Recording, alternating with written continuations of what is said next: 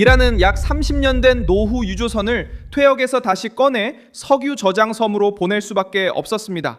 이제는 석유를 저장할 공간이 충분하지 않기 때문입니다. 2026년 4월 28일 화요일, 이 장면은 테헤란의 어떤 연설보다도 더 큰 의미를 지닙니다.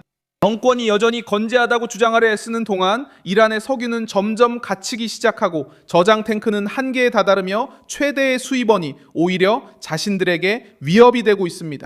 재가동된 선박은 이란 정부가 숨길 수 없는 위기를 보여줍니다. 여유가 있는 나라는 오래된 선박을 바다 위 저장고로 사용하지 않습니다.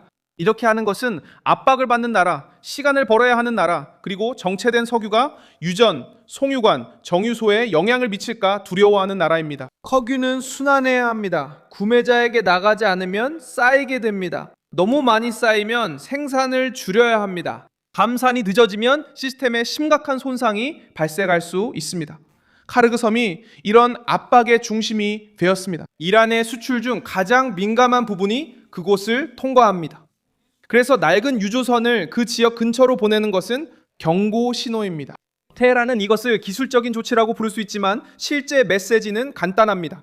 공간이 부족하고 내보낼 길이 없으며 통제도 부족하다는 것입니다.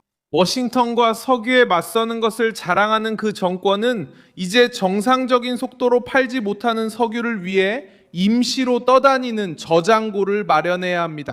이 모든 이야기를 곧 말씀드리겠지만 지금 바로 채널을 구독하셔야 계속해서 정확한 정보를 받아보실 수 있습니다. 실시간 정보와 지금까지 본 적 없는 최고의 저널리즘 퀄리티를 제공합니다. 신뢰의 기준, 밀손 알비스 뉴스입니다. 미국이 주도하는 봉쇄는 바로 이 지점을 정확히 타격했습니다. 미국의 전략은 모든 것을 한 번에 무너뜨릴 필요가 없습니다. 항로를 차단하고 선박을 감시하며 석유의 반출을 제한하고 내부에서 압력이 커지도록 내버려두면 됩니다. 이란은 호르무즈 해협을 협박의 무기로 사용하려 했고 전 세계 무역의 중요한 통로를 장악하겠다고 위협했습니다. 워싱턴의 대응은 테헤란의 돈줄을 조이는 것이었습니다. 이것이 현재의 힘겨루기입니다. 이란은 먼저 숨을 돌리고 그 다음에 협상하길 원합니다. 도널드 트럼프는 포위를 완화하기 전에 양보를 원합니다. 한쪽이 시도하는 동안 다른 쪽은 시간을 무기로 사용하고 그 사이에 석유는 멈춰 있습니다. 행선지가 없는 각 배럴은 비용이 됩니다. 각 탱크가 더 가득 차면 위험도 커집니다. 여행을 계속하지 못하는 각 선박은 정권, 혁명수비대, 그리고 이 지역의 무장 동맹 세력을 지탱하는 수입을 줄입니다. 이란의 제안은 그들의 전략을 보여줍니다. 테헤란은 지금 호르무즈 해협을 다시 열고 핵 문제는 나중으로 미루고 싶어 합니다. 정권은 해상 위기를 핵 문제와 분리하려고 시도하고 있습니다. 마치 미국의 핵심 문제를 건드리지 않고 봉쇄를 완화할 수 있는 것처럼 말합니다. 트럼프는 이란의 핵무기 보유 불가를 이미 명확히 했습니다. 그래서 테헤란이 이 논의를 다른 시기로 미루려고 할 때 진짜 중요한 것을 내주지 않고 압박에서 벗어나려는 모습으로 비춰집니다. 이란 외무장관은 지지와 중재 그리고 정치적 해법을 찾기 위해 러시아, 오만, 파키스탄을 방문했습니다. 혼자가 아니고 아직 모스크바와 대화하고 있으며 여전히 열려있는 외교 채널이 있다는 것을 보여주려는 것입니다. 하지만 외교 회담이 석유 탱크를 비우지는 못합니다.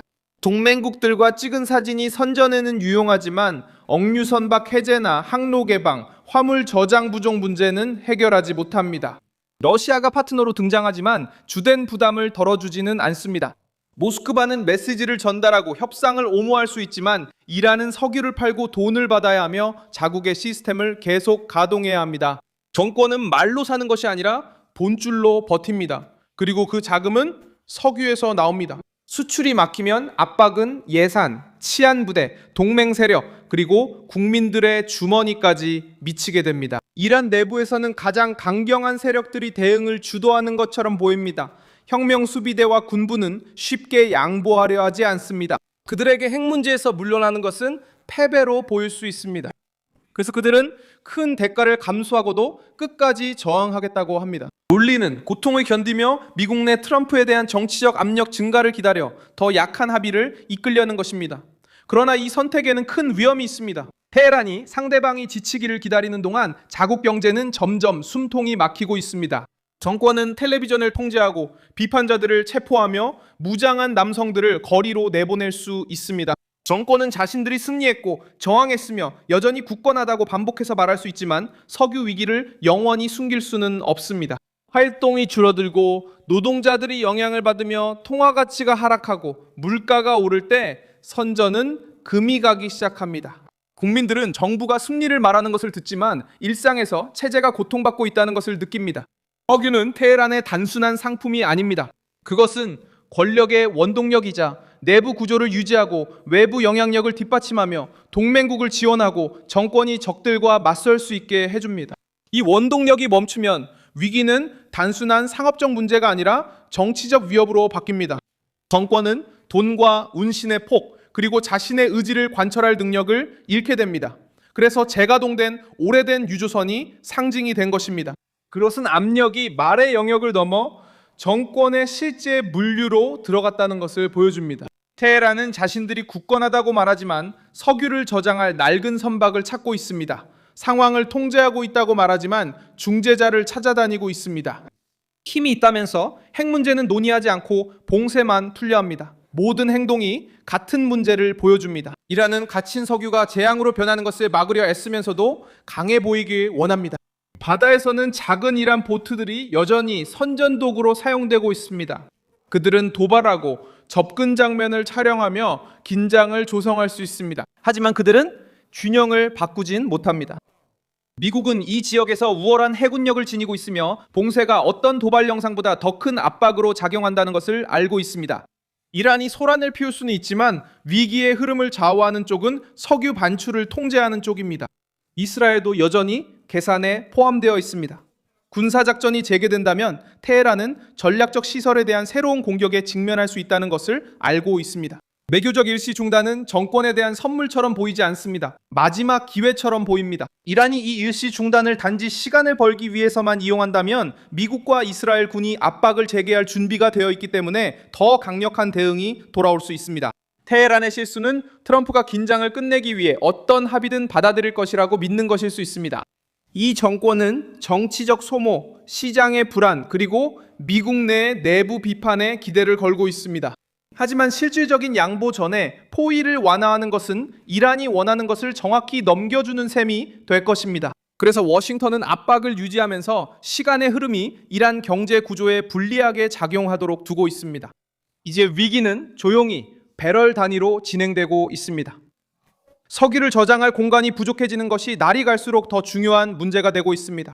만약 생산이 무질서하게 감소해야 하고 송유관이 한계를 넘어서 압박을 받으며 유전이 영향을 받는다면 그 피해는 현재의 분쟁보다 훨씬 더 오래 지속될 수 있습니다. 이 경우 폭발은 단순히 강렬한 이미지가 아닙니다.